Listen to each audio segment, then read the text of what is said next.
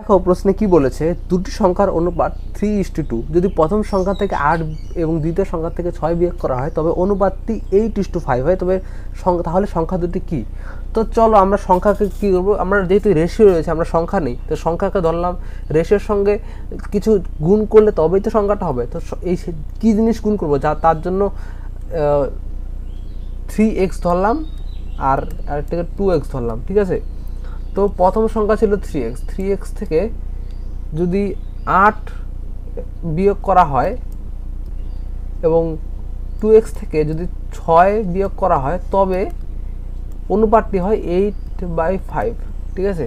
তো চলো মানে এটি একটি পদ্ধতি, আমি তোমাদেরকে দুটি পদ্ধতি দেখিয়ে দিব সম্ভব হলে, না হলে আমি অন্য ভিডিও দেখিয়ে দিব, ঠিক আছে। তো 3 5 15, 3 5 15x আর 5 8 40, কোনাকুনি গুণ করে দিলাম কিন্তু, হ্যাঁ।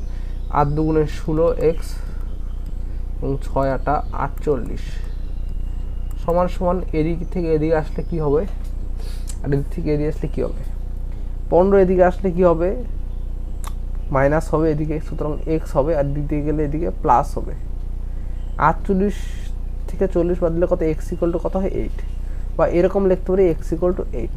তো বলতে পারি সংখ্যা দুটি কী হবে, 3x 3 8 24, আরেকটি কী হবে 2x কত হবে, 2x হবে 8 2 16, একটি হবে 24 একটা 16। তো এই নাম্বারটি হবে এই প্রশ্নের কারেক্ট অ্যান্সার, ঠিক আছে। ভালো লাগে লাইক করো এবং অবশ্যই চ্যানেলটিকে অবশ্যই সাবস্ক্রাইব করে দেবো, ঠিক আছে।